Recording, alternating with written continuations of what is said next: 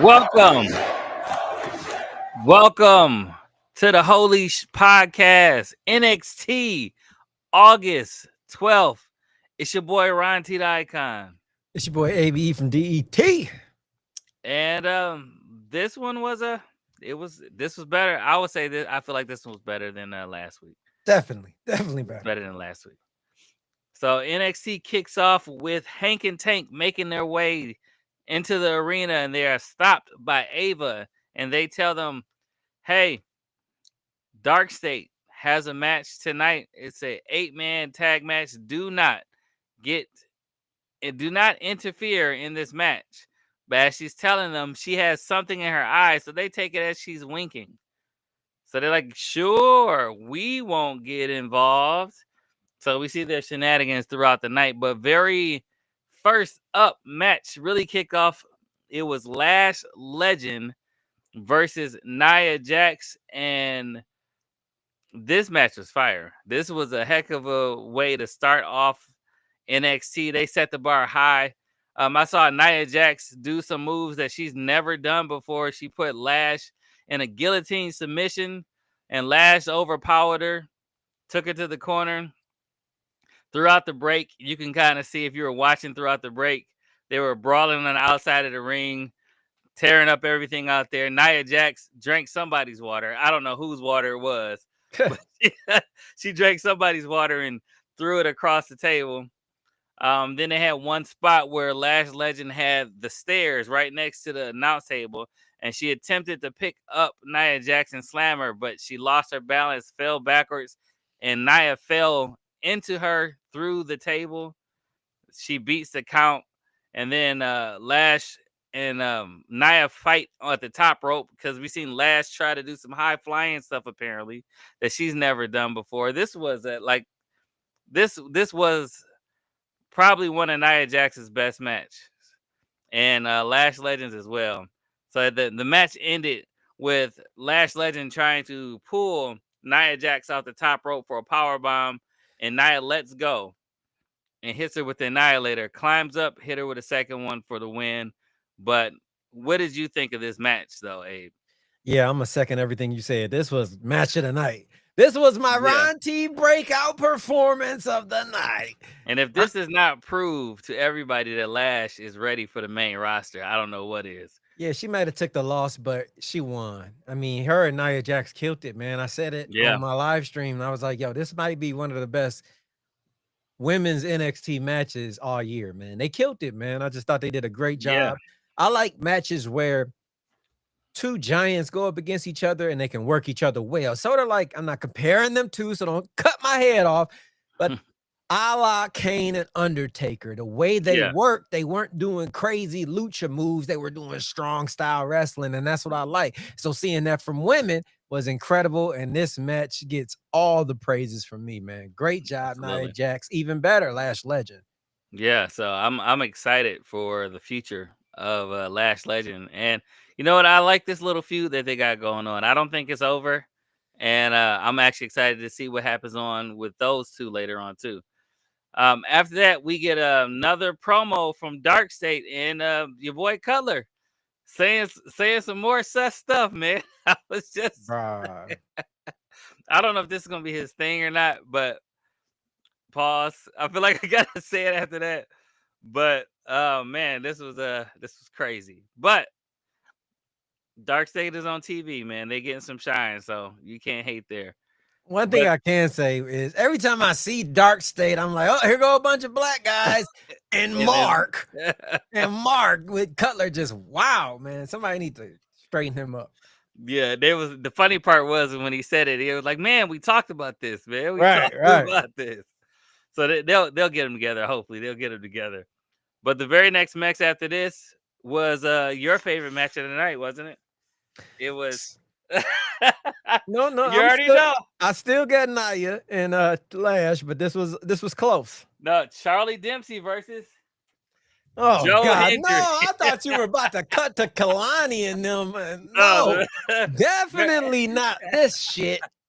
I don't even think I did a live reaction to this on our page. I'll skip this match. This match was actually a really good match. If you watched it, Joe Hendry and Charlie Dempsey did it was a technical wrestling match. It was very impressive. If you didn't know that Joe Hendry was a amateur wrestler before, him and Charlie Dempsey worked well together. This was actually a really good, well balanced match. But Charlie Dempsey catches the L with Joe Hendry getting the win with the standing ovation. It was actually a really good match. I wish you would have did a live reaction to that. I think you would have been impressed.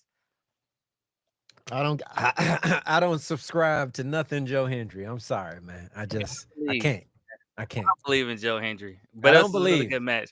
They did have something online though. They had this whole little segment where Charlie Dempsey and Ren Sinclair trying not to say his name, and he was creeping out of everywhere. That was pretty funny. If you haven't seen it, you got to see it. It was pretty funny. All right, and then backstage we get Jada talking to Lola and Kalani about their tag match against Fatal Influence. She says, "Hey, you guys calm down," because when she started talking, they looked at her like, "Oh, here she goes." She said, "Hey, I got money on you guys winning, so go out there, kick butt tonight." They're like, "Oh, okay." And then she says, "Y'all don't mess up my parlay," and she walks away. So she actually had money on them, Had money on him. which is actually pretty funny. And pretty illegal, I'd like to say. Yeah, I'm pretty sure it's got to be somewhere in that handbook. but just the fact they're like, "Oh, she believes in it." She's like, "No, I really got money on y'all. Y'all don't mess up my parlay." Then we came out to well, we got Josh Briggs coming out. Um, One thing that I did like that is that he got heat. Who? Josh Briggs came out to address the NXT crowd. Oh, yeah. One thing I will say I like about it is that he got heat. He got the Dominic Mysterio treatment. He couldn't really get a lot of words out. He did get rattled. If you're gonna be a heel, man, if you're gonna get this much heat, you got to eat it up. You got to take the heat. You got to like thrive in it. That's where he got. That's where he has to grow at, because he stumbled and then Inamura came out. He what did he do? He challenged Inamura to a Philadelphia street fight next week.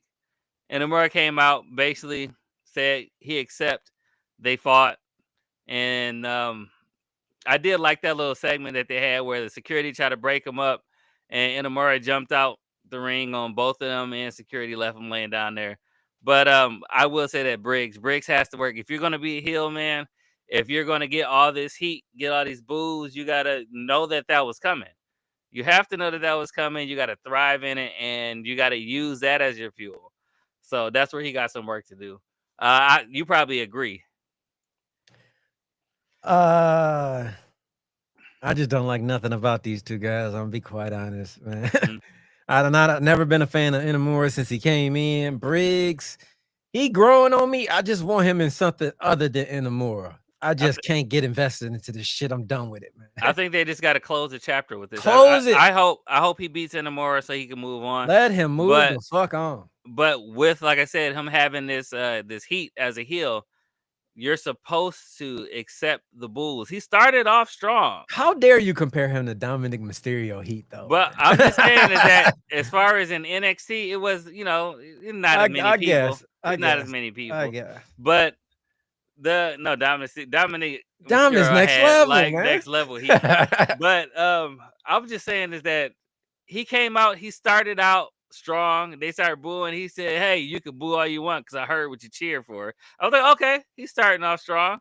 And then he like he floundered after that. So you got to do better, Josh. You got to do Gotta better. do better. After that, they had an interview with Jordan Gray sitting down. She talked about having a mental battle with self-worth. They try to clean up the whole thing with Blake Monroe, saying that she's actually insecure and she projecting the other women. So the outside of the ring stuff, it's not really catching me. I see what they're trying to do. I'm just excited to see them in the ring because Blake Monroe can absolutely have a banger of a match, and so can Jordan Gray. So I'm excited to see some strong style women wrestling with her and Blake Monroe. I think it'll be pretty good. Definitely. Yeah. Then we get the backstage segment with Trick and Moose, Oba and Javon. They're talking about the 8-man tag, and then you see Hank and Tank sneaking in the background with look like disguised as pest control. So they get What thrown the out of the hell? locker room.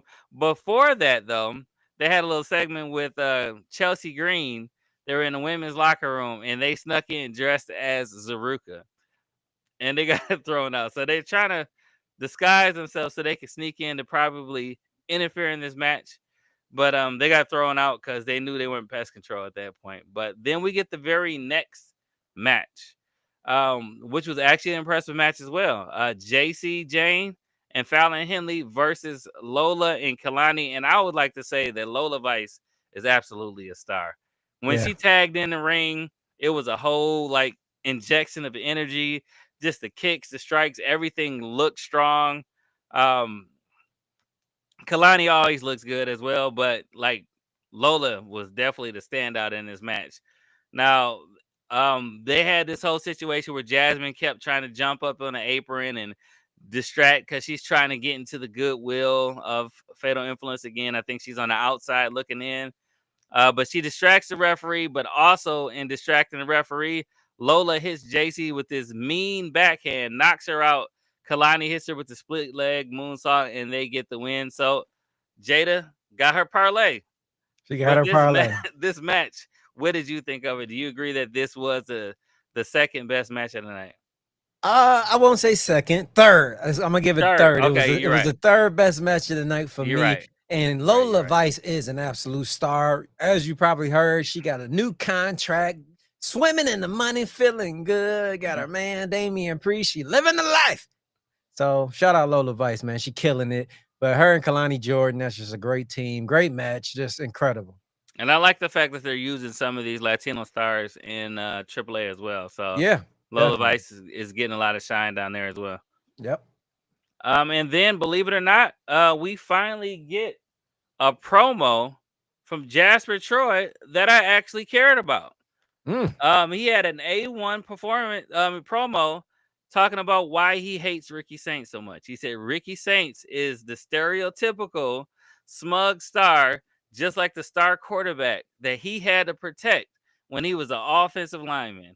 He said they Ooh. get all the shine, they come out with the swag, they get all the girls and stuff, but they would be nothing if it wasn't for him protecting them. So Tell he's him, gonna Jasper. show him who is the real powerhouse. I was like, all right, Jasper, you got me. Right, right. I'm now invested in this feud between him and Ricky Saints. Yeah, So Jasper did great, man. congratulations. It took Jasper Troy to get it over because I wasn't invested in it when it was just Ricky. So I'm glad Jasper Troy got to speak up. And now it makes sense. Yeah, and for those who thought I was just hating because I'm an AEW mark, Ricky's not working. Okay, tonight Jasper made it work. Yeah, he Ricky's did. still not working. Let's let that be known. And I think we said it before when he first came in. It's like, we can't really buy Ricky Saints as a babyface because we know how good he is as a heel. Right. And I think we might just be slowly making our way that way, and I hope so. Yep. Yep. And actually after this match, we get Kendall Gray versus Alba Fire because Chelsea Green believed that Kendall Gray was going to be the opponent or the tag partner that Tavion Heights was going to pick. So this match was actually pretty good. Kendall Gray brought her A game. She does what she usually does: the high flying, the nice technical moves because she was an amateur wrestler, an Olympic wrestler as well. And this was actually a really good match as well. And Alba Fire did get the win. She won cleanly as well, so that was pretty good. And then after the match, Ethan Page gets in and said, "Huh, this is the best that America has."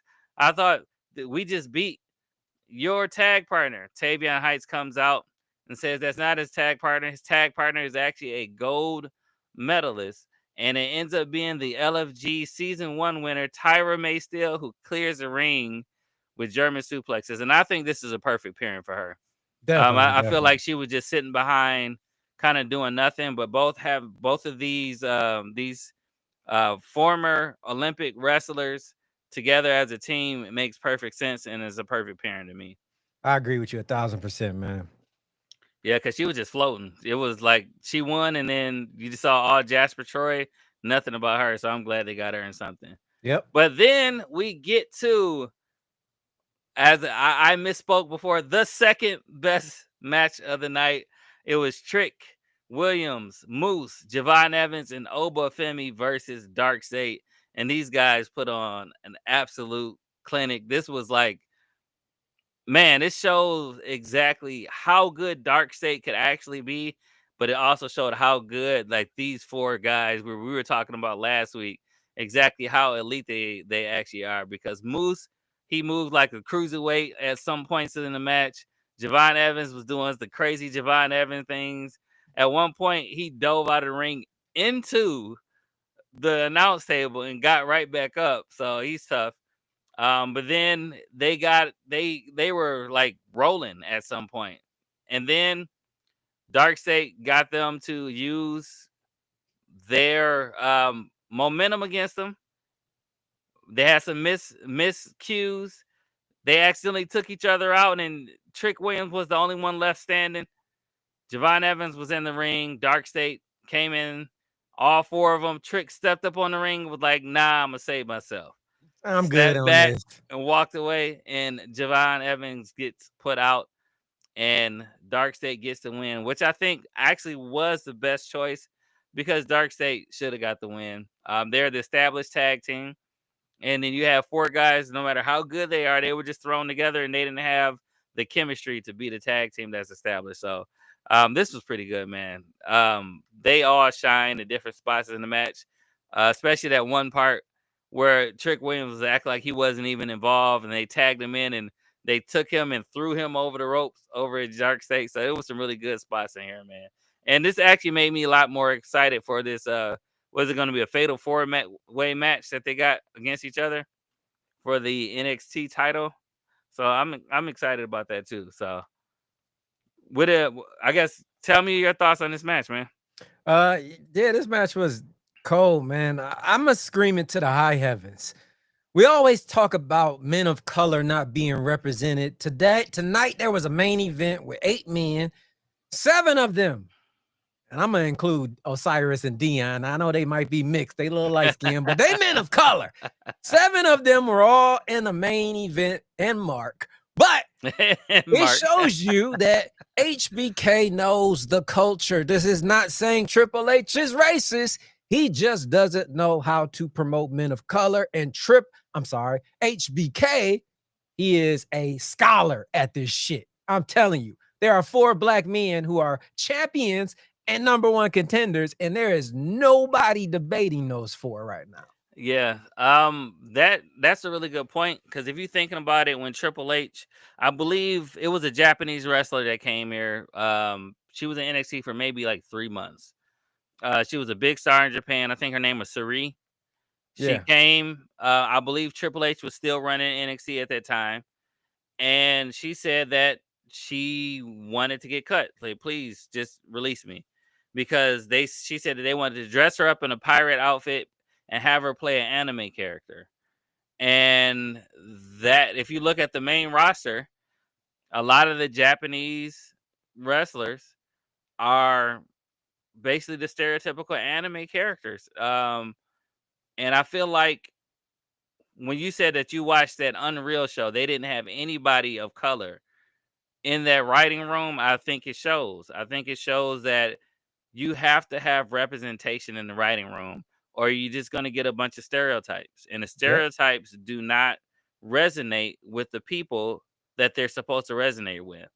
And you look at, like you said, you look at Asuka. Asuka has her thing, but technically, her gimmick is more is like an anime character. Yeah. Same thing with Kairi Sane. I think maybe EO might sit outside that box, but then you look at what they were doing with a lot of the people of color, and it's just a lot of stereotypes. So I think they have to get some diversity in that writing room in order to get these stars over like they should, because there shouldn't be that big of a difference from NXT to the main roster, or even from the main roster to AEW. Like, they're doing something right over there to where they can get these people of color over and make them look strong, instead of like we had the New Day have this big heel turn and then they lose the titles just like that. Or you got the Street Profits finally get the title after fighting like that, and then they just lose the title. We don't know what's gonna happen with Naomi, but like it's disheartening. Like, or this big build that they had with Jade Cargill, Yep. just for her to lose clean. Right. Like, What the hell? what is that? Like, so I don't know. It's disheartening, man. They got to get some diversity. They got to fix It's it. on the way. Trust me. HBK is cooking. It's Yeah, on the way. but yeah. I mean, in that writing room, they got to get some Yeah. Yeah, definitely. diversity in that writing room to get this right. But NXT definitely better than last week. I think I gave it. I might have gave it a 7 last week. So on a scale of 1 to 10, what are you giving it this week? Tonight was a solid 7.9. It was almost a B. I was gonna say it's a good solid C plus show. Okay, and If Joe Hendry wasn't there, it'd be a B. It's an 8.5 for me because Joe Hendry was there. But no, this was 8.5 for me. That's what I was gonna give it. Because I gave it a 7. This was like leaps and bounds better than last week. They have to clean up some of the backstage segments were a little goofy. Some of it didn't resonate. Some of it was kind of repetitive. They got to clean that up a little bit. But other than that, Definitely. man, I was entertained throughout the entire NXT. So Same good here. job, Shawn Michaels. Keep up the good work. I'm excited for. It's funny. I get more excited every week for Dynamite as well. Like, if I'm honest, I'm not really interested in Raw as much anymore. I'm not as interested in SmackDown anymore. I'm interested in TNA, and I'm interested in Dynamite. And Yeah. if I'm in not TNA but NXT and Dynamite. So NXT is making a turn. I've been shitting on them, but they are starting to cook a little. I'm not gonna give them credit yet, yeah. but they got some things simmering. Yeah, so I think they're kind of building up where they were lacking at a little bit. They're not TNA there though is yet. brutal. TNA is brutal. I'm trying, ladies Yeah. and gentlemen. That is a hard watch. I'm trying my best every Thursday. Yeah. All right. Well, we got like you said, tomorrow we got Ball Bro and Abe doing AEW Dynamite With a Thursday. special guest. With a Oh, special okay. guest. We ain't gonna announce it yet, but you'll see. Tune in. And then Thursday we got, of course, our in studio show every week. Friday, what the in studio show this week will actually be a special LWO version. LWO. Oh my Lock God. World Order. Myself and Coach. Yep. We held it down. Then it's Friday, of course, we got SmackDown. And then Saturday we'll have our like special thing, and then Sunday our special guest. So, every day we putting out something for y'all, for the fans. We're getting close to a milestone. We'll be talking about that as well. But until next time, it's your boy Ron T, the Icon. It's your boy ABE from DET. And thank you for tuning in